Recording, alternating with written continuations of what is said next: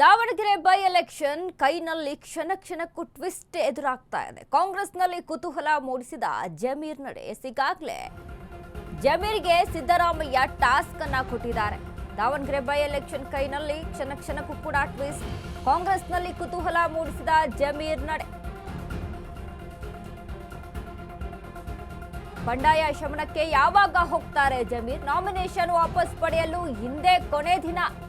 ಆದ್ರೆ ಬೆಂಗಳೂರಿನಲ್ಲೇ ಇರುವಂತಹ ಸಚಿವ ಜಮೀರ್ ಅಹ್ಮದ್ ಟಿಕೆಟ್ ಸಿಗದಿದ್ದಕ್ಕೆ ರೆಬಲ್ ಆಗಿರುವ ಮುಸ್ಲಿಂ ನಾಯಕರು. ಮುಸ್ಲಿಂ ಸಮುದಾಯದ ಪ್ರಭಾವಿ ನಾಯಕ ಸಚಿವ ಜಮೀರ್ ದಾವಣಗೆರೆ ಗೆಲ್ಲಲು ಯಾವುದೇ ಕ್ಷಣದಲ್ಲಿಯೂ ಎಂಟ್ರಿ ಕೊಡುವಂತಹ ಸಾಧ್ಯತೆ ಇದೆ. ಒಂದೆರಡು ದಿನಗಳಲ್ಲಿ ದಾವಣಗೆರೆಗೆ ಜಮೀರ್ ಭೇಟಿ, ಅಲ್ಪಸಂಖ್ಯಾತ ಮುಖಂಡರ ಜೊತೆ ಮಾತುಕತೆ ಸಾಧ್ಯತೆ. ಟಿಕೆಟ್ ಕೊಡಿಸಲು ಕೊನೆ ಕ್ಷಣದವರೆಗೂ ಪ್ರಯತ್ನ ಪಟ್ಟೆ, ಆದ್ರೆ ಪದ್ಧತಿಯಂತೆ ಶಾಮನೂರು ಕುಟುಂಬಕ್ಕೆ ಸಿಕ್ಕಿದೆ. ಮುಂದಿನ ದಿನಗಳಲ್ಲಿ ಸೂಕ್ತ ಸ್ಥಾನ ನೀಡುವ ಭರವಸೆಯನ್ನ ಕೊಟ್ಟಿದ್ದೇವೆ. ಮುಸ್ಲಿಂ ನಾಯಕರ ಮನವೊಲಿಸ್ತಾರ ಹಾಗಾದ್ರೆ ಜಮೀರ್ ಅಹ್ಮದ್ ಖಾನ್? ದಾವಣಗೆರೆ ಬೈ ಎಲೆಕ್ಷನ್ ಕೈನಲ್ಲಿ ಕ್ಷಣ ಕ್ಷಣಕ್ಕೂ ಕೂಡ ಟ್ವಿಸ್ಟ್ ಎದುರಾಗ್ತಾ ಇದೆ. ಕಾಂಗ್ರೆಸ್ನಲ್ಲಿ ಕುತೂಹಲ ಮೂಡಿಸ್ತಾ ಇದೆ ಜಮೀರ್ ಅಹ್ಮದ್ ನಡೆ. ನೋಡಿ, ಒಂದ್ ಕಡೆ ಜಮೀರ್ ಅಹ್ಮದ್ಗೆ ಸಿಎಂ ಸಿದ್ದರಾಮಯ್ಯ ಅವರು ಒಂದು ಟಾಸ್ಕ್ ಅನ್ನ ಕೊಟ್ಟಿದ್ರು. ಸಾದಿಕ್ ಪೈಲ್ವಾನ್ ಮನವೊಲಿಸಬೇಕು, ಮನ ಬದಲಾವಣೆ ಮಾಡಬೇಕು, ಅವರು ನಾಮಿನೇಷನ್ ಇಂದ ಹಿಂದೆ ಸರಿಯುವ ರೀತಿಯಲ್ಲಿ ಮಾಡಬೇಕು ಅನ್ನುವಂತ ಒಂದು ಟಾಸ್ಕ್ ನ ಜಮೀರ್ ಅಹ್ಮದ್ ಖಾನ್ಗೆ ಇತ್ತು. ಬಟ್ ಜಮೀರ್ ಅಹ್ಮದ್ ಇದುವರೆಗೂ ಸಹಿತ ಬೆಂಗಳೂರಿನಲ್ಲೇ ಇದ್ದಾರೆ, ದಾವಣಗೆರೆಗೆ ಹೋಗಿಲ್ಲ, ಅಲ್ಲಿ ಮನವೊಲಿಸುವಂತ ಕೆಲಸ ಮಾಡಿಲ್ಲ. ಹಾಗಾದ್ರೆ ಕಾಂಗ್ರೆಸ್ನಲ್ಲಿ ಮುಂದಿನ ನಡೆ ಏನಿರುತ್ತೆ ಅನ್ನುವಂತ ಪ್ರಶ್ನೆ ಇಲ್ಲಿ ಕಾಣಿಸ್ತಾ ಇರುವಂತದ್ದು. ಒಂದ್ ಕಡೆ ಇವತ್ತೇ ಕೊನೆ ದಿನ ಇರುವಂತದ್ದು ನಾಮಿನೇಷನ್ ಇಂದ ವಾಪಸ್ ತೆಗೆದುಕೊಳ್ಳೋದಕ್ಕೆ.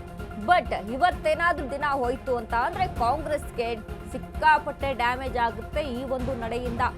ಯಾಕಂದ್ರೆ ಮುಸ್ಲಿಂ ಸಮುದಾಯ ಇದೀಗ ಎದ್ದು ನಿಂತಿದೆ.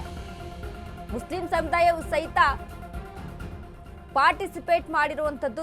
ಸಾದಿಕ್ ಪೈಲ್ವಾನ್ ಇದೀಗ ಕಣದಲ್ಲಿರುವಂಥದ್ದು. ಹಾಗಾದ್ರೆ ದಾವಣಗೆರೆಯಲ್ಲಿ ಸಮರ್ಥ್ ಮತ್ತು ಸಾದಿಕ್ ಪೈಲ್ವಾನ್ ಇಬ್ಬರ ಮಧ್ಯೆ ಅಲ್ಲಿ ಪೈಪೋಟಿ ಏರ್ಪಡುತ್ತೆ.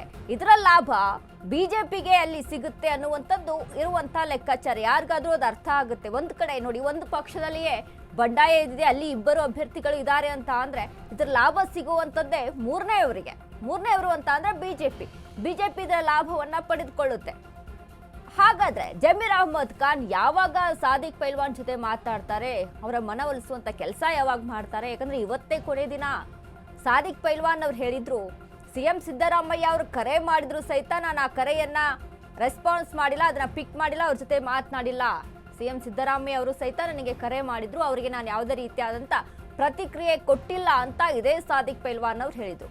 ಆದ್ರೆ ಈ ಮುಸ್ಲಿಂ ಮುಖಂಡರ ನಡೆ ಅಲ್ಲಿ ಸ್ಪಷ್ಟವಾಗಿದೆ. ಅಂದ್ರೆ ಯಾವುದೇ ಕಾರಣಕ್ಕೂ ಕೂಡ ನಾವು ಹಿಂದೆ ಸರಿಯುವಂತಹ ಮಾತೇ ಇಲ್ಲ ಅನ್ನುವಂಥದ್ದು.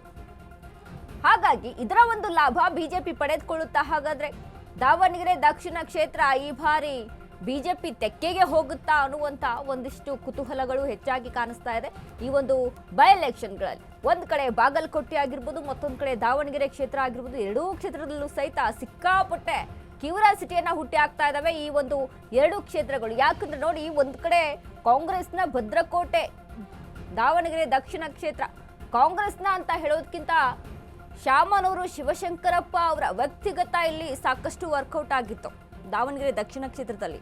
ಸೊ ಹಾಗಾಗಿ ಶಾಮನೂರು ಕುಟುಂಬದವರಿಗೆ ಟಿಕೆಟ್ ಅನ್ನ ಕೊಟ್ಟಿದ್ದಾರೆ. ಸಮರ್ಥ್ ಇದೀಗ ಶಾಮನೂರು ಶಿವಶಂಕರಪ್ಪ ಅವರ ಮೊಮ್ಮಗನಾದಂತ ಸಮರ್ಥ್ಗೆ ಟಿಕೆಟ್ ಅನ್ನ ಕೊಟ್ಟಿರುವಂತದ್ದು. ಒಂದ್ ಕಡೆ ಅನುಕಂಪದ ಅಲೆ ವರ್ಕೌಟ್ ಆಗುತ್ತಾ, ಅಥವಾ ಇಲ್ಲಿ ವೋಟ್ ಡಿವೈಡ್ ಆಗುವಂತ ಚಾನ್ಸಸ್ಗಳು ಹೆಚ್ಚಾಗಿ ಕಾಣಿಸ್ತಾ ಇದೆ. ಹಾಗಾಗಿ ಈ ಬಾರಿಯ ದಾವಣಗೆರೆ ಕ್ಷೇತ್ರ ಯಾರ ತೆಕ್ಕೆಗೆ ಹೋಗುತ್ತೆ ಅನ್ನುವಂತ ಅನುಮಾನಗಳು ಸಾಕಷ್ಟು ವ್ಯಕ್ತವಾಗ್ತಾ ಇದೆ. ಮುಸ್ಲಿಂ ಮತದಾರರು ಕೂಡ ಹೆಚ್ಚಾಗಿರುವಂಥದ್ದು. ಏನೂ ಇಲ್ಲ ಅಂತ ಅಂದ್ರೂ ಒಂದು 40ರಿಂದ 50% ಆದ್ರೂ ಮುಸ್ಲಿಂ ಮತಗಳು ಇದೀಗ ದಾವಣಗೆರೆ ಕ್ಷೇತ್ರದಲ್ಲಿ ಇರುವಂಥದ್ದು. ಸೊ ಹಾಗಾಗಿ ಒಂದು ವೇಳೆ ಕಾಂಗ್ರೆಸ್ಗೆ ಈ ಬಾರಿ ಮುಖಭಂಗ ಆಗುತ್ತಾ? ಯಾಕಂದ್ರೆ ಜಮೀರ್ ಯಾವುದೇ ಕಾರಣಕ್ಕೂ ಕೂಡ ಇನ್ನೂ ಮುಂದಾಗಿಲ್ಲ ಸಾದಿಕ್ ಪೈಲ್ವಾನ್ ಮನವೊಲಿಸೋದಕ್ಕೆ. ಯಾಕಂದ್ರೆ ದಾವಣಗೆರೆಗೆ ಅಲ್ಲಿ ಎಂಟ್ರಿಯನ್ನೇ ಕೊಟ್ಟಿಲ್ಲ. ಸೊ ಇದನ್ನೆಲ್ಲ ನಾವು ಗಮನಿಸಿ ನೋಡಿದಾಗ ಜಮೀರ್ ಅಹ್ಮದ್ ಸಹಿತ ಇನ್ನು ಬೆಂಗಳೂರಿನಲ್ಲೇ ಠಿಕಾಣಿ ಇರುವಂಥದ್ದು. ದಾವಣಗೆರೆಗೆ ಅಲ್ಲಿ ವಾಸ್ತವ್ಯವನ್ನ ಹೂಡಿಲ್ಲ. ಇದೆಲ್ಲವನ್ನ ಈ ಒಂದು ಎಲ್ಲ ಬೆಳವಣಿಗೆಗಳನ್ನ ನೋಡ್ತಾ ಇದ್ರೆ ಮುಂದಿನ ದಿನಗಳಲ್ಲಿ ಸಾಕಷ್ಟು ಕುತೂಹಲವನ್ನ ಹುಟ್ಟಿ ಹಾಕ್ತಾ ಇದೆ. ಬರೀ 15 ದಿನಗಳಲ್ಲಿ ಸಕ್ಕರೆ ಕಾಯಿಲೆನ ಕಂಟ್ರೋಲ್ ತರಲಿಕ್ಕೆ ದಿವ್ಯಾಮೃತದಂತೆ ಕೆಲಸ ಮಾಡುತ್ತೆ ಮೆಹಾಟೋನ್. ಕಹಿ ಇಲ್ಲ, ಒಗರಿಲ್ಲ, ಅಥವಾ ಇದರಲ್ಲಿ ರುಚಿ ಇಲ್ದಿರತಕ್ಕಂಥದ್ದಿಲ್ಲ. ಇದರಲ್ಲಿರ್ತಕ್ಕಂತಹ ಆಯುರ್ವೇದಿಕ್ ಅಂಶಗಳು ಸಹಿತ ಪ್ರಧಾನವಾಗಿರ್ತಕ್ಕಂಥದ್ದು ಅರಿಶಿನ, ಬೆಟ್ಟದ ನೆಲ್ಲಿಕಾಯಿ. ಅಂತಹ ಅದ್ಭುತವಾದಂತಹ ಗುಣ ಮೆಹಾಟೋನ್ ಅಂತಕ್ಕಂಥದ್ದು. ಹೊಟ್ಟೆ ನೋವು, ಗ್ಯಾಸ್ ಟ್ರಬಲ್, ಆಸಿಡಿಟಿಗೆ ಚಿಂತೆ ಬೇಡ. 1 ಚಮಚ ಅಮೃತ ಬಿಂದು ಔಷಧಿ ನಿರಾಳತೆಯ ಅನುಭವ ನೀಡುತ್ತದೆ. ಅಮೃತ ಬಿಂದು, ಕೋಟ್ಯಾಂತರ ಜನರ ನೆಚ್ಚಿನ ಆಯುರ್ವೇದ ಪರಿಹಾರ.